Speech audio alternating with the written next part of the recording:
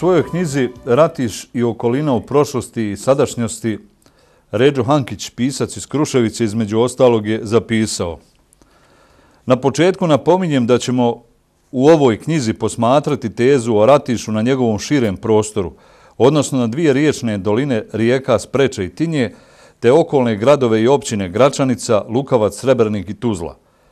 Ratiški prostor zahvata veći dio općina Gračanica, Lukavac, Srebrenik te manji dio općine Tuzla.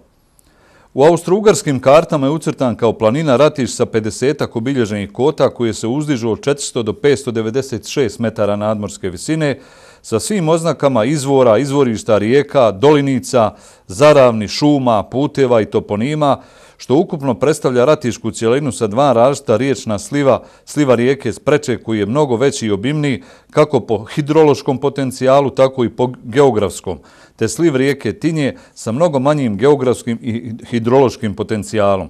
Svaka kota, svaki potok i rijeka, te svaka zaravan i kotlinica, te svako naselje i zaseok ima svoj ucrtan naziv, te svaki izvor pa i svaka njiva i njiverak, te šuma i šumarak, što nije uobičajeno na drugim planinama.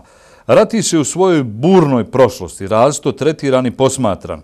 U dosadašnjim monografijama i napisima nazivan je negdje Brdo Ratiš, negdje samo Ratiš, a negdje Dovište Ratiš. U svojoj knjizi dr. Salih Kulenović, monografija Gračanice okolina, svrstava ga među planine Majevicu, Trebavu i Ozren sa punim nazivom Planina Ratiš sa svojim najvišim vrhom Ratiš 596 metara visine, što odgovara svim podacima iz austrougarske karte iz 1892. godine. U nekim se monografijama i natpisima pominje Dovište na brdu Ratiš, što se ni u kom slučaju ovako gledanje i tretiranje Ratiša ne može uvažiti. Mi ćemo sada uvažiti i tretirati Ratiš što je upisano u geografske karte i što je dr. Salih Kulenović u svojoj naučnoj knjizi naznačio. Na primjer, novinar Avdija Avdić u svom članku u listu Oslobođenje Sarajevo, objavljeno 2004. godine, kaže 740 godina Dovišta Ratiš na Ratišu. U životopisu hageografije Matije Korvina, ugarskog kralja, kaže se: lično je dobio naređenje od papi da vojno napadne Bosnu jer se tamo nakupilo dosta nekrsta jereza koje treba istrijebiti. Radi se o dokumentu iz 1445. godine. Slijedom logike ovdje se mislo na Bosnijane, Bogumile. Također se u istom dokumentu pominje jeretička crkva na gori Ratišu u kojoj je stolovao poglavar Bogumilske crkve za župu Soli, gost Zaharije Klimović. Ratiš se nalazi u sjeveroistočnoj Bosni, u Tuzlanskom kantonu, 20 km udaljeno od Tuzle, a u smislu reljefa ovaj planinski masiv čini potpuno odvojenu cjelinu od drugih masiva u sjeveroistočnoj Bosni. Naslanja se na sjeveroistoku na Tinjsku kotlinu, a sa jugozapada na Sprečku kotlinu. To je u geografskom smislu rečeno gorovita visoravan koja prelazi preko 500 metara nadmorske visine. Ratiš također čini prirodno razmeđe između općina Gračanica, Bosansko, Petrovo, Lukavac, Tuzla i Srebrenik. Ratiš ima dobre veze i komunikacije sa svim pomenutim općinama, kako saobraćajne, tako vjerske, kulturne i ekonomske. Ime ili naziv Ratiša je teško utvrditi jer se njegov naziv pominje kao i Dovište iz predturskog vremena. Sve do dolaska Austro-Ugarske u našu zemlju mi nismo imali precizno iscrtane geografske karte i katastarske premjere i ustroje. Odmah po dolasku Austro-Ugarske u Bosnu i Hercegovinu 1878. godine Austrijanci su pristupili ustroju svih službi: katastarske, poreske službe, meteorološke i statističke, tematične službe kao i premjera teritorije Bosne i Hercegovine te crtanja geografskih karata i katastarskih čestica. U karte i katastar su ucrtane sve oznake geografske i toponimi zatečeni na terenu. Inženjeri su išli po terenu sa prevodiocima i u razgovoru sa mještanima prikupljali podatke, upitali su ih koji se znak i toponim zvao, tako da su ih unosili u svoje knjige i karte. Ratiš je još iz predturskog doba bio poznat kao Sveta Gora, pa je tako ostalo i u turskom periodu. Čudnovat je način da se ovaj naziv podudara sa njemačkom riječju Rajtih ili Rajtiš, što u prijevodu znači Sveti sto. Ratiš je u predturskom periodu pripadao župi Soli i vjerovatno imao neku značajnu ulogu s tim što je kroz taj prostor prolazila važna saobraćajnica iz pravca župa, prvo rimska, potom i turska saobraćajnica i što je tu bila župna bosanska a u turskom periodu dovište. Ovdje se još na prevoju Sjedaljke sijeku dva pravca, jedan preko Spreče za Srednju Bosnu, drugi preko Srebrenika i Gradačca za Posavinu. Ratiš obuhvata veliki broj sela i naseljenih mjesta, a za ovu prigodu ćemo da kažemo nekoliko rečenica o naselju Gornji Moranjci. Ovo ratiško naselje pripada općini Srebrenik, povezano je asfaltnim putem sa Srebrenikom i sa općinom Gračanica preko Gornje Orahovice, počinje od karavanskog puta Gračanica-Tuzla. Ovdje se mora istaći nekoliko činjenica. Ovdje je također moderno naselje sa mnogo voćnjaka i zelenila, smješteno niz Moranjačku rijeku koja se lagano, ali sigurno kreće prema rijeci Tinji i čini njenu lijevu pritoku. Na ovoj rijeci je nekada bilo nekoliko riječnih mlinova. U narodu je poznat u cijelom ratiškom kraju mlin Badžuša u donjem toku Moranjačke rijeke. U gornjem dijelu naselja je voda na Zmajevcu, ovdje je u udubljenom kamenu od vajkada spomen točak voda sa 3 durmena koja stoji nekoliko metara od karavanskog druma. U blizini na kamenom zidu stoji uklesana levha u vidu potkovice. Jedna legenda kaže da je ovdje prolazio čuveni bošnjački junak Hrnica Mujo, te da je pijući vodu oskočio konj te udario potkovicom o kameni zid u udubljenoj stijeni te ostao znak. Druga priča kaže da je ovdje prolazio zmaj od Bosne i da je on isto tako pojeći konj udario potkovicom o zid stijene te ostavio znak. Ova druga priča je mnogo bliža istini. Ovo mjesto se zove Zmajevac, vjerovatno po zmaju od Bosne. Još jednu karakteristiku treba istaknuti. Ovdje na Zmajevcu je bila stara moranjačka džamija iz 17. vijeka koju su mještani srušili 60. godina 20. vijeka da bi sagradili novu, bolju, a legende i narod priča. Da su ovu džamiju nekoliko puta pokušavali mještani rušiti, mještani je sruše, a preko noći je vile podignu. Ovdje u ovom nasilju je živio Beg Morankić, u kome se dosta zna i priča o ovome kraju. Na ovom prostoru u blizini džamije na Zmajevcu bio je i Han Morankića, pa za vrijeme socijalističke vlasti je nažalost srušen. Također i Moranjci su dali mnogo bogatih i učenih ljudi. Nama je, dragi gledalci, danas zaista istinsko zadovoljstvo da možemo pozdraviti našu današnju gošću koja dolazi sa Ratiša, rođena je u Moranjcima, a gotovo čitav cijeli svoj život je provela i provodi u Lukavcu. Gošću, gospođu Sadetu Osmanović, koja je poznata ne samo ljudima iz Ratiškog kraja, ne samo na području općine Lukavac, nego gospođu Sadetu Osmanović koja je poznata diljem Bosne i Hercegovine. Gospođa Sadeta Osmanović je se odazvala našem pozivu i mi, još jedan put to kažem, smo zaista danas i sretni da možemo razgovarati po prvi put u ovoj našoj emisiji Naše gore list sa jednom damom. Gospođo Sadeta, dobar dan i dobrodošli u emisiju Naše gore list. Dobar dan i vama. Prije svega da pozdravim vaše vjerne gledaoce. A sad dok ste vi čitali to tako slikovito, takve sam imala emocije koje zaista se mogu pjesnički opisati, obzirom da su Moranjci moje rodno mjesto, a kad ste o Ratišu isto također divno prezentirali to štivo, isto sam imala posebne emocije jer je moja majka rođena u Gornjoj Orahovici i često smo mi posjećivali Ratiš i zbog toga vam hvala. Hvala na ovim komplimentima. Na Ratišu ili u Ratiškom kraju rođeni su mnogi poznati pjevači, evo da pomenemo Eseda Kovačevića iz Miričine, da pomenemo da je, pošto smo pominjali i dovište na Ratišu, Ratiš dao i rejsa islamske zajednice u bivšoj socijalističkoj Jugoslaviji, rahmetli Husein Efendiju Mujića, a evo Ratiš je dao jednu i jedinu damu koja svira saz, barem kad je u pitanju Bosna i Hercegovina, pa ću vas na početku ovog našeg razgovora upitati vaša porodica, roditelji, školovanje. Rođeni ste, jel tako, u Moranjcima, a od svoje 3., 4., 5. godine ste došli na područje općine Lukavac. Da, također još prije nego što ću krenuti odgovarati, zapravo da razgovaramo o svemu tome, ja sam zaista neizmjerno sretna i zahvaljujem vam se od srca što ste me pozvali da gostujem u jednoj ovakvoj emisiji čiji je koncept za mene izuzetan. Vrijeme prolazi, ljudi se mijenjaju, tragovi, oni koji su snimljeni ili zapisani, ostaju. Sve što se ne uradi tako nešto, ili se zaboravi ili se vrlo rijetko i sjeća. Dakle, jako sam sretna i ponosna sam i stoga vam se od srca zahvaljujem.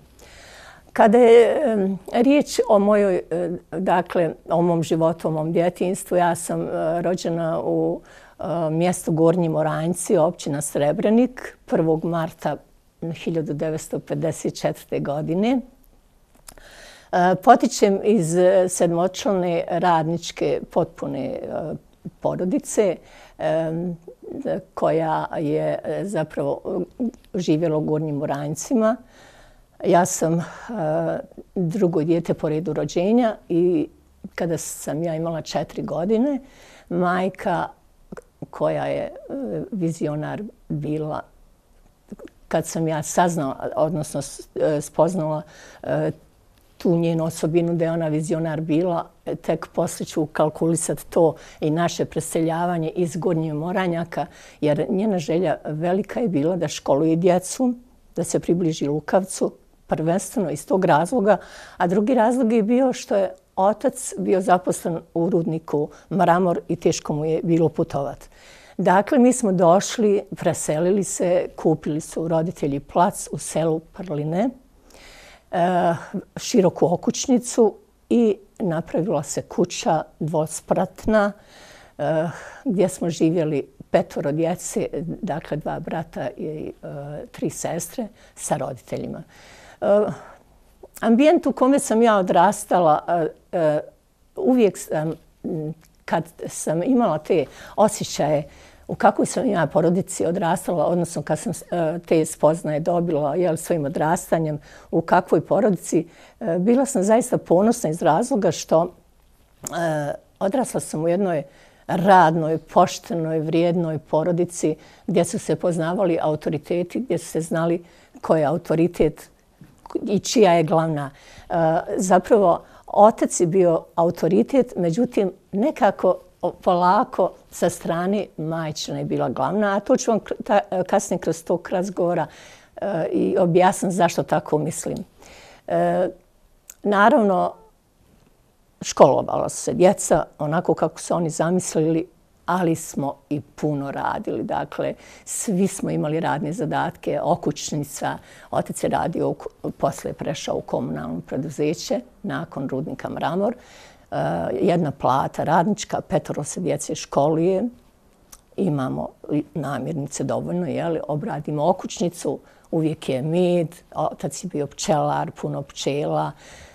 Dakle, je zaista jedno zdravo življenje koje je mene uvijek nosilo i dalje dok sam u gradu. Kad sam došla u grad, 40 godina tu živim, ali taj osjećaj zapravo, sad razumijem i pjesnike i sve one pisce koji kažu da je to djetinjstvo nešto što nosite pečat kroz cijeli život i lijepe uspomene. Naravno, bilo je tu i teških momenata, ali u većini slučajeva tamo gdje sam odrastala zaista je više bilo dobrih momenata iz razloga što je zaista se puno radilo. Nismo imali kad razmišljati da li nešto imamo ili nemamo, ali smo uvijek imali dobru hranu.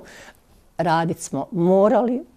Niko nije mogu uzeti knjigu da uči, da sjedi u sobi da uči, nego najveći kad si krenu na spavanje. Škola od 1. do 4. razreda pohađali ste osnovnu školu u Prlinama, a od 5. do 8. osnovnu školu u Smalući Donjoj. Da. To je takav raspored škola bio. Kad sam završila 8 razreda osnovne škole, bila sam odličan učenik. Ja i jedna moja rodica koja je bila u blizini mojoj, tu gdje su oni doselili također. Postavilo se pitanje šta dalje. Obzirom da je majka vizionar, gdje sam ja sad rekla da je ona za mene prvo majka, žena kraljica, ima ta pjesma, ta njena čvrstina u odgoju djece s puno ljubavi. I može poslužiti zaista svima kao model. Ja sam često koristila njen model u svom socijalnom radu zbog toga što je njen životni moto bio svaki dan reci nekom lijepu riječ, to je besplatno, a mnogo, mnogo znači.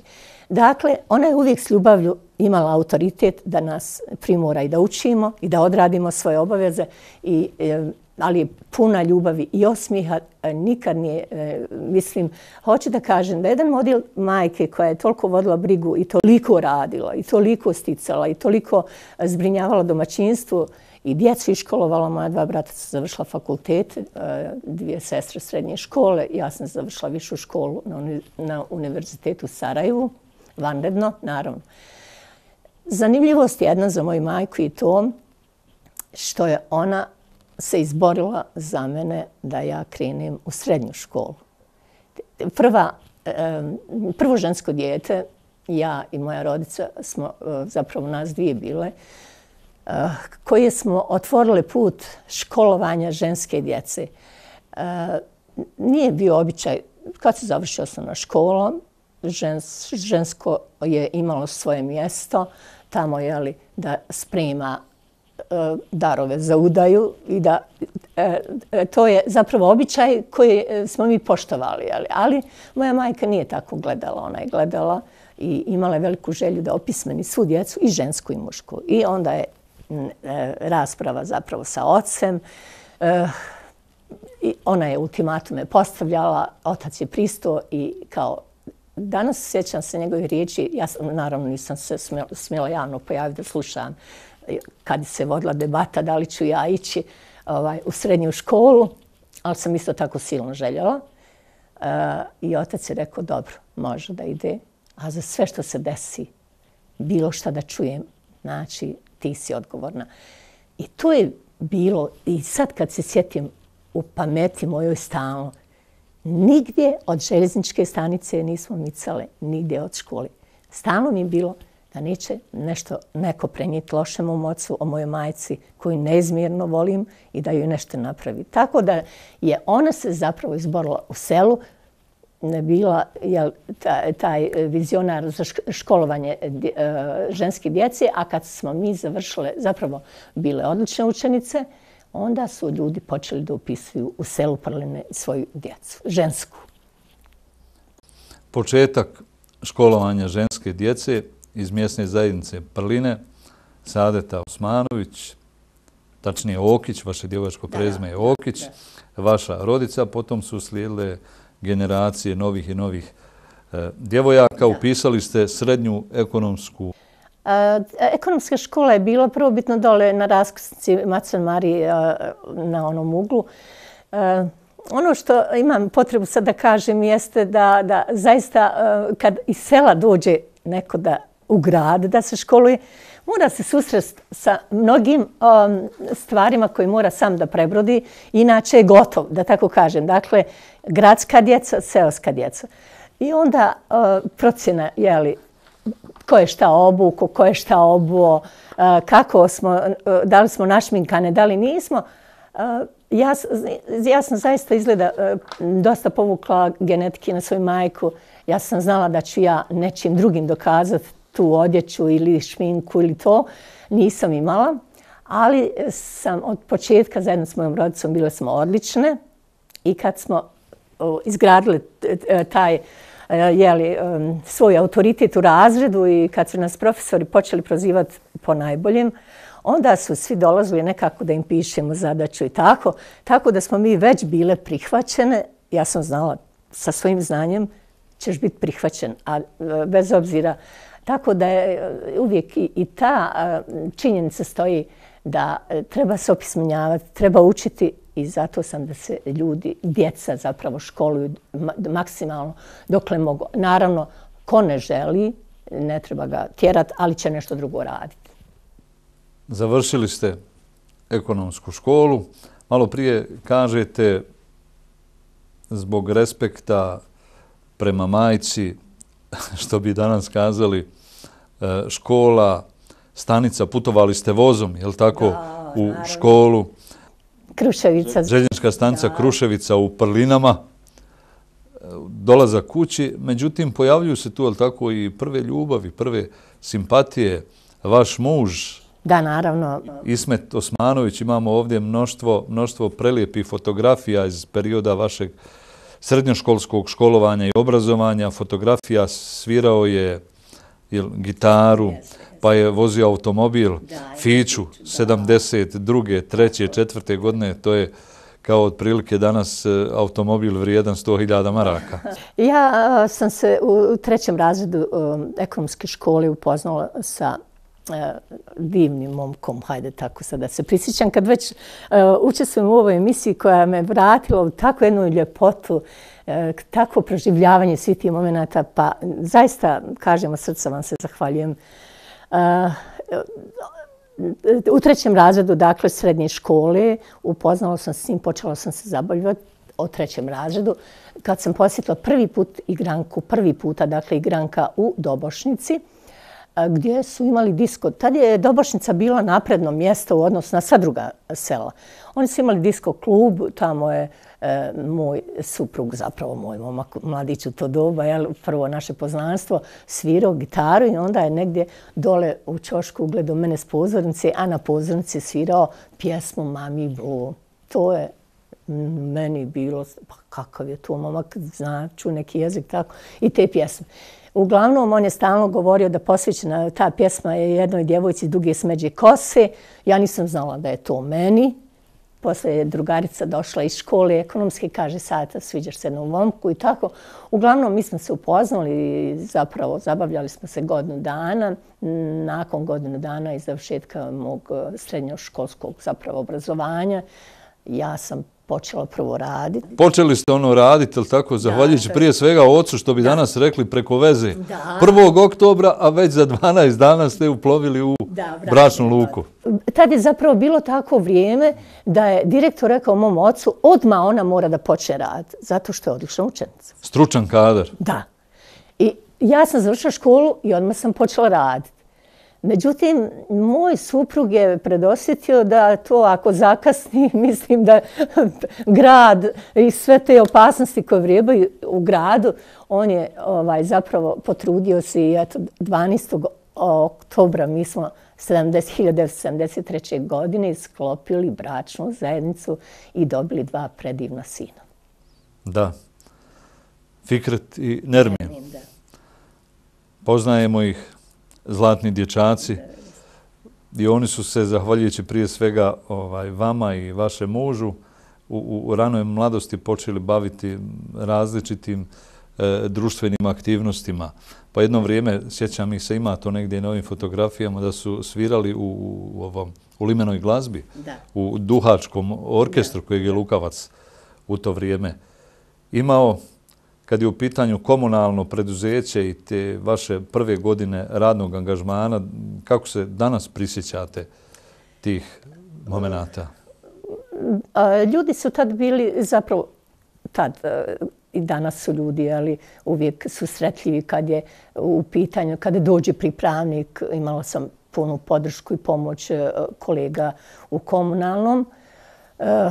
Dokazivala sam se i nekako je zakon došao ubrzo da se neke firme spajale, odvajale, tako da sam ja prešla, sad ne mogu da se sjetim, ali u Zavod za urbanizam jedno vrijeme sam radila, iz komunalnog se to višom silom, višim nekim propisima. Ko je bio direktor komunalnog preduzeća u to vrijeme? Jao, Bože, kad bi se sad ja mogla sjetiti Manojlo. Manojlo Vlatković, ja? Moguće, da. I onda se nekako tim zakonskim propisima odvojilo komunalno, pa sam ja prešla u urbanizam, Zavod za urbanizam. Posle toga sam prešla u sistem stanovanja i tu zaista sam radila boračke kredite onih boraca iz 40. Partizana. Da. I zato što sam radila te rate kredite i zapravo radila obradu kredita, morala sam da naučim na računaru. Možete misliti tad. Kompjuteri tad, Prije kad su 35 samo kompjutere imali u računarskom centru u Koksari. Ja i moja koleginica iza stanovanja smo određene da odemo na obuku. Ima toliko smiješnih scena kad mi dođemo pa gledamo ekran. Ne vidimo zapravo odakle oni diriguju sa tom tehnikom i samo na ekranu piše gledaj me, gledaj, nagledaj me se. A nas dvije tako uplašene, a oni tamo se svi smiju iza zavjese i tako su nas naravno provocirali, ali simpatično je to bilo. Mi smo posle naučili, naravno, imali smo među prvima diplome. Pa prve smo imali ja i moja koleginica koja je radila u SIZ stanovanju sa mnom. Zaposlenje, brak, sinovi, kompjuteri, a vi se školujete vanredno. Da. Moja želja je bila zaista da ispunim i majčinu želju koja je ja željela da završim fakultet, obzirom da to nisam uspjela zbog toga što sam zasnovala bračnu zajednicu, ali to ima sve svoje prednosti. Ja sam uz rad i naravno uz pomoć supruga, ne bi nikako mogla drugačije. Ko bi pustio ženu da ide tamo u Sarajevo, da me vozi na ispite, da zaista puno mi je pomagao. Ja sam upisala Univerzitet u Sarajevu, odsjek za socijalni rad i položila ispite u roku, ali i to je navika iz djetinjstva. Ja kad sam učila školu srednju, ja sam u selu u kome sam živjela u Prlinama, kopala i učila. Dakle, knjigu sam stavila ovako jer nemamo mi kad učiti. I tako sam stekla naviku i drago mi je bilo. Ja sam pravila pitu, moraju djeca da jedu, porodica mora funkcionisati, jel? Ali i gosti dolaze, niko mene ne pita što ja učim. I tako da sam ja knjigu ovako držim, pa onda razvučem pitu, pa onda napravim i tako. Uglavnom, to je navika i bila mi je veoma dobra navika. Završila sam tako školu 81. godine i višu školu za socijalni rad. Kažete, okopavate krompir, a čitate knjigu. Da. Kako je to tehnički moguće? Pa fino stavim knjigu između redaka, čitam rečenicu, u sebi ponavljam rečenicu i zagrćem ili prva ili druga ruka. Svaka čast. Tako je to bilo, a onda, što kaže, vrijeme leti i dolazimo u period 90-ih kriznih, nestabilnih godina, period rata od 92. 3. 4. vi ste postali zaposlenik javne ustanove Centar za socijalni rad. Tad je bila potreba za kadrovima. Ja se do duše nisam ni puno trudila da nađem odmah posao jer sam već imala posao, ali 94. godine se ukazala potreba za kadrovima, pošto su mnogi kolege već napustile Lukavac i ja sam počela raditi te godine u Centru za socijalni rad. Ja vas zamolio da za ovu emisiju nešto ispričate o onim detaljima vezanim za dolazak velikog broja prognanog bošnjačkog stanovništva iz Podrinja u ove naše krajeve na području općine Lukavac, pa smještaj tih ljudi u Sižiju i nekim drugim mjesnim zajednicama. Da, to je nama, zapravo meni i kolegama, bio jedan od najtežih, najstresnijih, najemotivnijih zadataka iz razloga što smo radili na kompletnom zbrinjavanju raseljenih lica, a kad kažem kompletnom, mislim na prevashodno na psihosocijalni tretman. Slušali smo svaku priču, uzimali anamnestičke podatke na terenu gdje su ljudi bili smješteni. Svaku stresnu njihovu priču, toliko duboko potresne priče, mi smo jedne prilike je bilo, zaista se sjećam tog, kolege sve su radile naravno, ja i oni zajedno, da smo mi plakali u jednom tom manjem projektu kad smo radili na terenu tamo u Sižiju gdje su bili smješteni odmah čim su stigli, dakle na aerodrom Tuzla pa su upućeni tamo. Morali smo plakati, iako smo naučeni da svaku bol mi pomognemo, razradimo do detalja, pomognemo ljudima. Sjećam se da smo bili tad jako u strašnom stresu i traumi. I onda smo se brzo konsolidovali, jer mi moramo biti profesionalci. I i dalje smo radili, ali to će mi ostati zapamćeno zbog toga što je to bio jedan od veoma teških poslova koji smo radili. Naravno i radili smo cijelo vrijeme sa raseljenim licima u svim segmentima njihovog zbrinjavanja. I nakon rata, dakle u uslovima takozvanog građanskog mira, bio sam sudionik mnogih vaših uspješnih poteza kad je u pitanju angažman socijalnog radnika, pa se s vremena na vrijeme prisjetim i umrlih osoba poput rahmetli Šabana Hajdarevića, Fuada Gigovića, Čite i nekih drugih. Dakle, davali ste jedan veliki doprinos kada možda neki od vaših kolega nisu imale dovoljno strpljenja, nerava da sa tim ljudima kontaktiraju. Uvijek ste iznalazili dodatnu energiju, poseban motiv kako da tim ljudima, ne možemo kazati ugodimo, nego da ih u datom vremenskog trenutku zadovoljimo, barem lijepom riječu, ako ne onom jednokratnom novčanom pomoći, paketom namirnica i slično. Dobro, ja zaista razumijem se moje kolege i ovom prilikom ih sve i pozdravljam. Svi smo mi različiti na svoj način. Zaista je naš posao jako stresan. Iskoristit ću ovom priliku, ako mi dozvolite da kažem samo par riječi, da je prema svjetskoj zdravstvenoj klasifikaciji zanimanja po težini i složenosti mi spadamo, znači, idu ljekari prvi, pa socijalni radnici, medicinari i policajci. Dakle, vrlo je teško govoriti o socijalnom radu kao o jednom laganom poslu. Vama hvala na tim lijepim riječima. Ja sam uvijek isticala i vašu saradnju sa Centrom za socijalni rad. Čak sam jednom i predlagala da vi budete naš spoljni saradnik zbog toga što ste zaista prepoznavali upravo te slučajeve koje ste sad prezentirali ovdje kroz razgovor. I svi su vama vjerovali. Oni kad dođu nama u centar, oni zaista kažu Mihad. Oni kad vas spomenu, ja znam da je to 100% tačno. Dakle, ako nema novca, ako samo šifra, ako kažu Mihad, ja znam da je to tačno i da ne moram ni izlaziti na teren, ne moram ništa jer ste vi uvijek na neki način s nama sarađivali, ne na neki način, dosta ste sarađivali i mi smo sretni uvijek bili kad imamo takve ljude na terenu.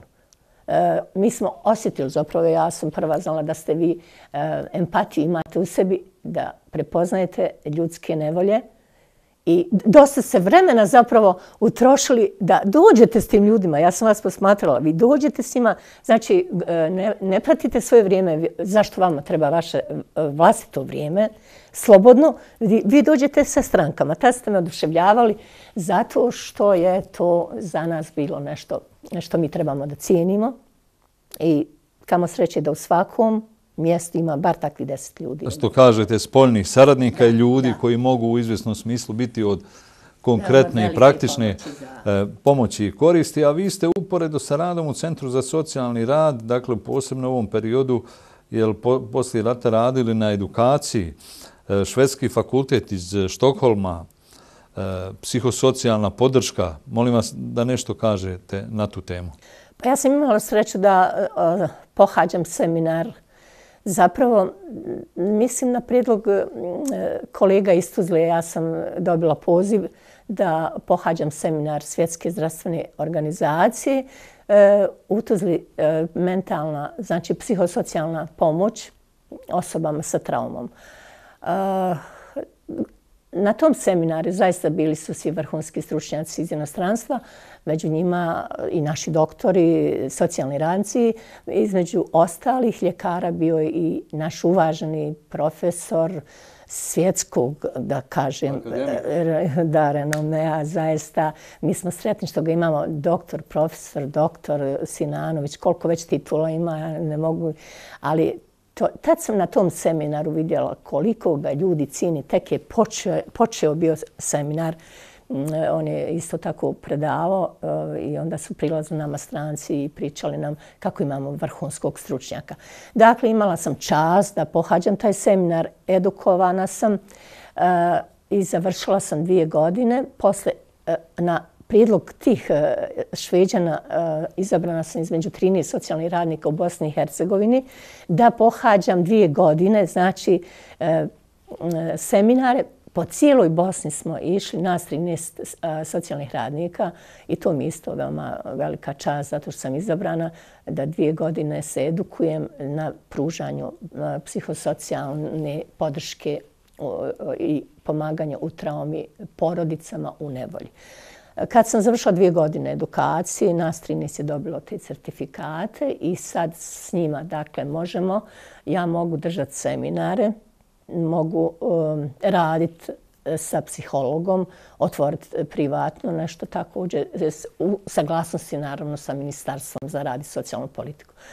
Pružaju mi se mnoge mogućnosti, ima dosta tu, ali ovo mi je najvažniji iz Štokholma, zato što je taj seminar zaista pružio mnogo znanja, mnogo učenja, mnogo je bilo učenja. Jesmo mi išli zaista u najekskluzivnije hotele, jesmo mi to, ali je prevashodno bilo učenje, učenje i učenje. Vrlo malo smo imali prostora za zabavu. Meni ne smeta, ja čitav život se zalažem za tu edukaciju, pa eto tako preporučila bi mladima zaista da je u znanju spas i da se uče i naravno učenje je vječno i nikad neće prestati. Ono što bi, eto da ne zaboravim, sad mi je malo ovako da... Ja sam bila mentorica jednom studentu za socijalni rad i on je dolazio 5 dana kod mene u kancelariju. Fino je on posmatrao šta ja radim.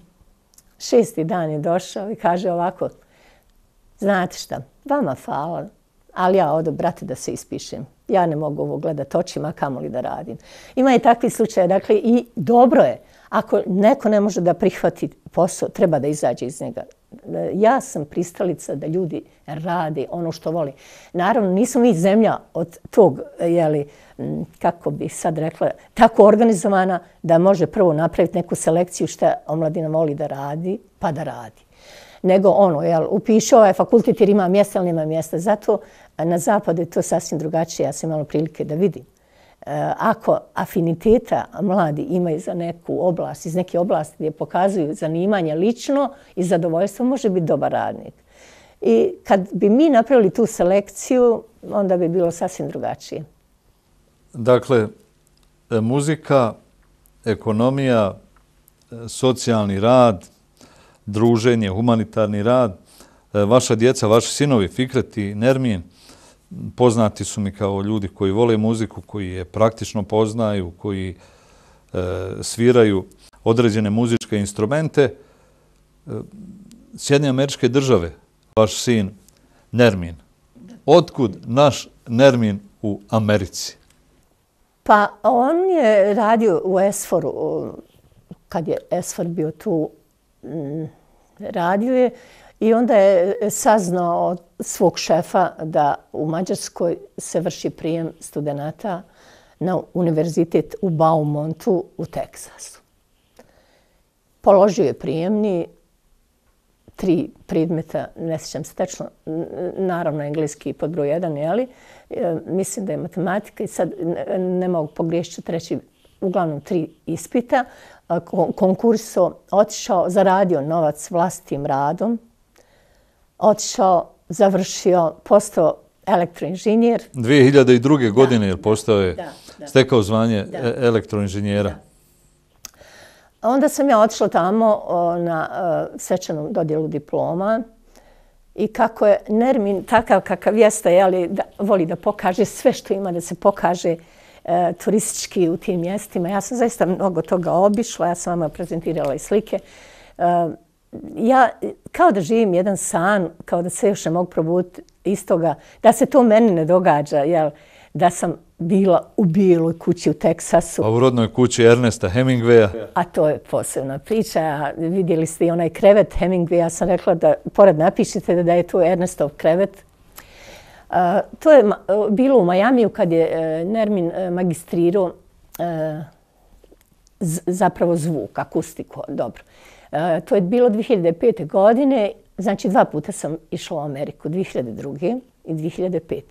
2002. sam išla u Teksas i obišla sam, dakle, tu Bijelu kuću u Americi, odakle senator koji je bio George Bush otišao za predsjednika, pa sam se ja slikala ispod njegove one fotografije, pa malo ušla tamo za onu govornicu da vidim gdje su oni sjedili.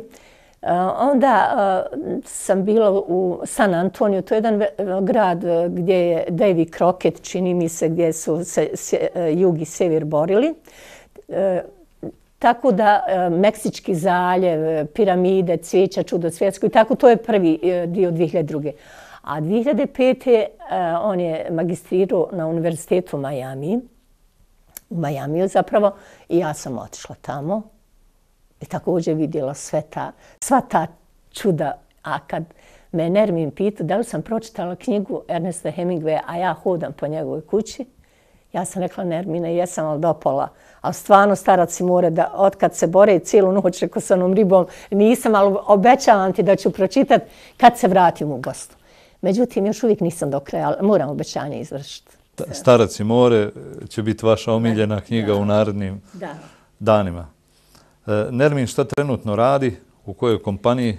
Nermin je trenutno u Austinu, radi u kompaniji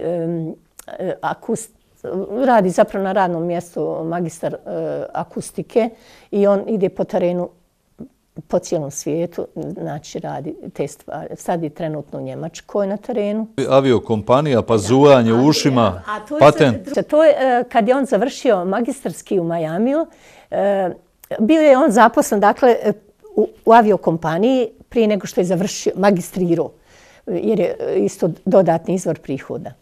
Radio je i tamo je izmislio patent da u avionu na nekoliko stotina kilometara, 10.000 metara ili kilometara, ne mogu sad sjetiti. Uglavnom, da kao magistar zvuka da u avionu se ne čuje ni šum na tim probijanjima vazdušnog prostora. I to je patent koji je prošao. Patent već su oni izložili, zapravo na prezentaciji ima i avion i to sve ja sam vidjela, zapravo i donijela sam vama ovdje na uvid da vidite, ali ja sam zaista onako malo bila začuđena kako on može to napraviti, pa sam mislila da on napravi neke zvučnike u avionu, da to ne bude ono kad stewardesa priča da nema šuma. Mislim, tako ja kao majka, i to je za mene dometa, kamoli nešto drugo. Kad smo već kod Amerike, sad ste počeli svirati 1984. godine. Zašto? Kako? Zbog čega? Pa, 1984. godine, eto, kažem, sticajem okolnosti, ja sam to već ovim novinarima i kazala, da je došao čovjek u našu kuću, moju porodicu, našu porodicu, da popravi žicu na sazu. Naravno, pošto je muž znao praviti žice na gitari, on je njemu zamijenio žicu i onda je vidio da ja to zanimljivo posmatram i on kako je bio sav onako ushićen, radostan i vesel i zaista muzičari su ljudi koji priušte dosta divnog zadovoljstva svojoj porodici. Stalno je neka pjesma, neko divno veselje, nešto se događa u svrhu pjevanja i tako, mislim, bude problema naravno, ali ako suprug svira gitaru pa duvačke instrumente i sve to, onda je on pogledao u mene i ja sam s njim stalno pjevala uz gitaru. I on je rekao, molim te, uzmi saz da probaš. Ja nešto imam osjećaj da ti to znaš. Ja sam zaista uzela saz i taj prvi takt kad sam udarila, on je rekao, pa ti super, ti ćeš to svirati, ja ću tebi kupiti saz. Negdje daleko u našoj porodičnoj tradiciji, ja sam se posle raspitivala, ima osoba koje su svirale žičane instrumente, ima tu i genetike. Mislim da ne bi moglo baš tako da se dogodi da ja to odjednom. Ima nešto tu što je predodređeno, ali eto, obzirom da mi je on dozvolio, dakle, porodica nije imala ništa protiv, to mi je vrlo bitno, a najvažnije mi je da roditelji moji nisu imali ništa protiv i ja sam se počela baviti sa sviranjem saza, muž mi je kupio saz, ja sam krenula aktivno da vježbam, i u Sarajevo sam išla na radio Sarajevo, snimila nekoliko pjesama za arhiv radio Sarajeva. Uglavnom, ta karijera je 30 godina trajala, ako je možemo nazvati karijera, jer sam ja uz rad, to naravno mnogo sam voljela saz. u povodu 30 godina vašeg umjetničkog rada kao jedina bosansko-hercegovačka sazlika napravili i izdali CD sa pjesmama, dakle 10 ili koliko stoji ovdje, 9 pjesama, kao što su Ah moj Aljo, Kad puhnuše, Sabah zorski vjetrovi, Čudna jada od Mostara grada, Vrbas voda nosila jablana, Sejdefu majka buđaše, Ja uranih jutros rano, Sve behara i sve cvjeta, Vezak vezla, Adem kada i svakako nezaobilazna Bosno moja. Dakle, evo to je taj CD, pa vas zamolio u nekoliko rečenica da kažete o nastanku ovog vašeg albuma. Pa naravno, kako sin Ermin znao koliko ja volim saz i zna to i sin Fikret naravno i on pomaže iz svakog ugla što se tiče muzike i onako koliko može i on hoće i obojica hoće da pomažu. Ja sam 2014. godine kao krunu na sav svoj rad od 30 godina sviranja saza na poklon dobila od sina Nermina da snimim CD. Dakle, CD je rađen, sniman u Lukavcu, masterovan u Sijetlu i miksan u Čileu. Znači, 3 države, kroz 3 države je ovaj CD prošao i to je vrlo mi zanimljivo da su ljudi tamo koji su slušali zaista iz te 3 države dali pozitivne rezultate, a ja sam bila presretna. Imala sam promociju. Prvo na našoj TV i radio, u našoj TV i radio kući, Radio Lukavcu i televiziju Lukavac. Zaista im se zahvaljujem. Divnu su promociju CD-a napravili. Posle toga sam u kući Sevdaha. U Sarajevu? Da, Art kuća Sevdaha. I promotor je bio magistar Enver Šadinlija, a moj muzički gost je bio Šukrija Traku, izvrsni sazlija i kao gost i poznati Sevdalija Besko. Hamid Dragipović Besko. Da. To je za mene zaista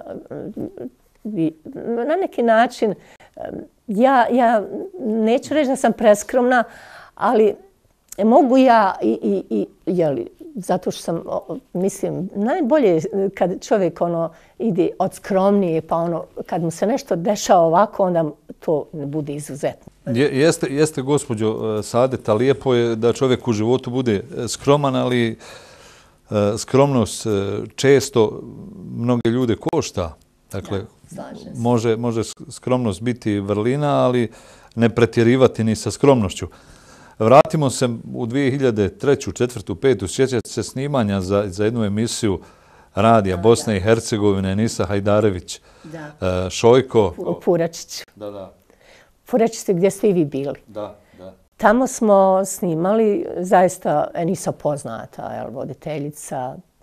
Vi ste bili moderator emisije i bilo je odlično.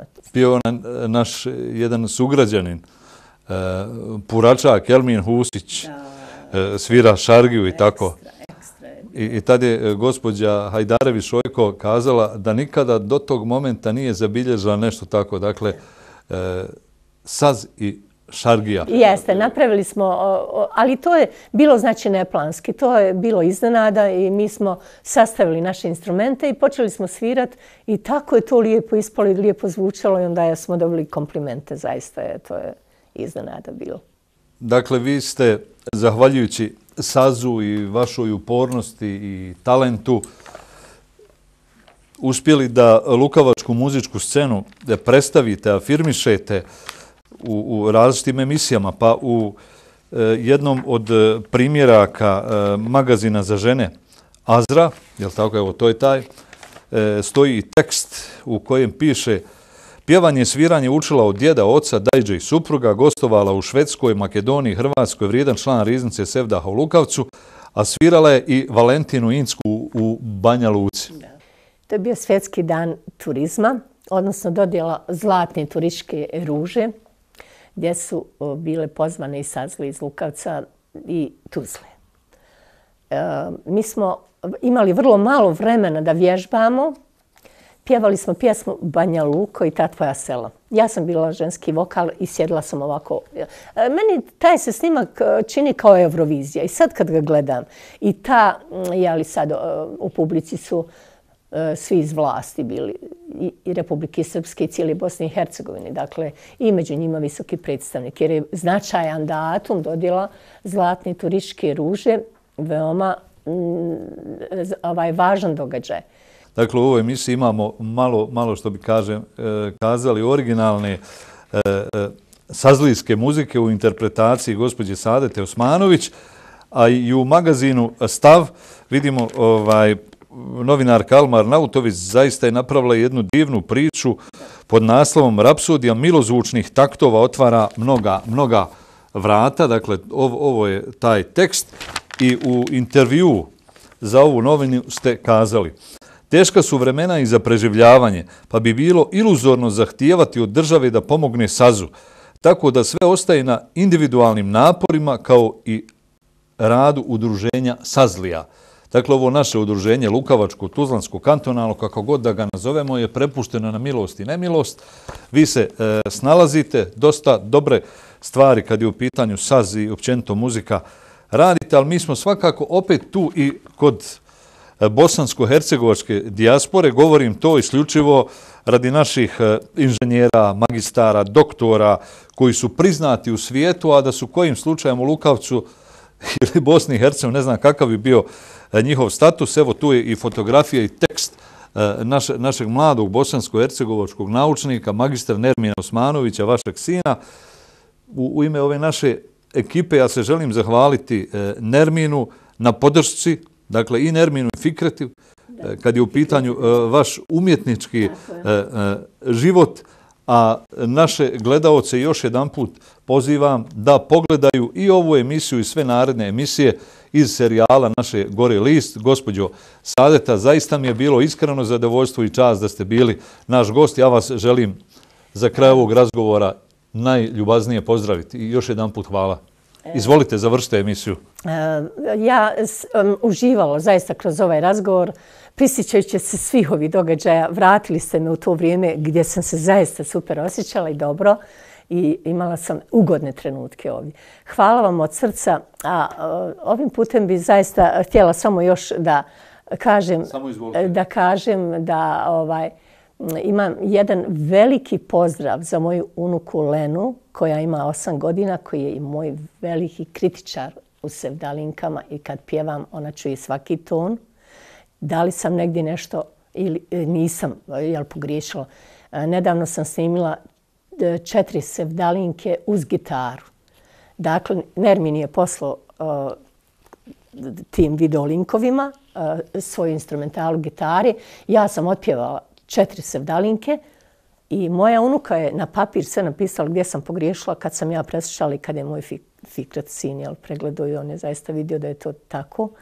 Uglavnom, ovim putem izražavam svoje zadovoljstvo što mi je ona tu prisutna u mojim penzionerskim danima, muzičkim danima i eto što uživam svema vama. Hvala veliko od srca i veliki pozdrav za sve gledaoce, prijatelje, rodbinu. Da vam se sve želje i planovi ispune, a i da vaša unuka Lena, jel tako, rekoste, krene vašim muzičkim stazama. Pa ona svira gitaru, pomalo svira gitaru, ali ona voli sevdalinke, što je meni jako drago i ona zna čime se ja bavim. Ona zaista zna i ona ništa... Moja želja da se mladi ne stide. To je naš iskon, naša tradicija, Ona ne mora svirati saz i ne mora, ali meni je drago kad se ona ne stidi toga. To je moja želja da omladina se ne stidi, nego da poštuje ono što je naše. Iskreno i slobodno. Da. U nove pobjede. Da.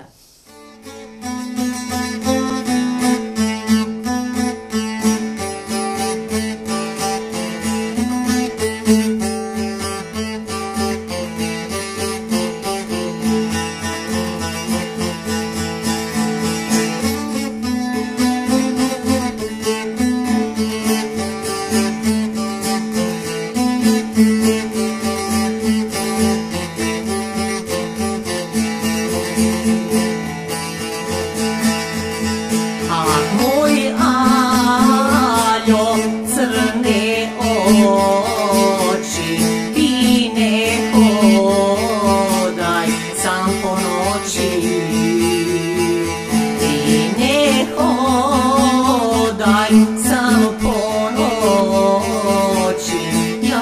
ću tebi sama doći i ne hodaj sam po noći, ja ću tebi sama doći.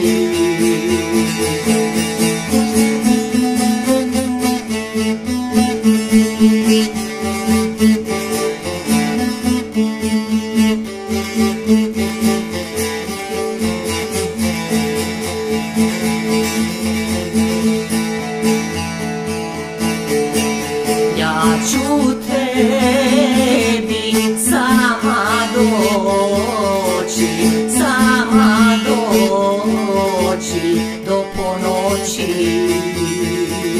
Na brančiću kosmatome u odijelu bosanskome. Na brančiću kosmatome u odijelu gospodskome.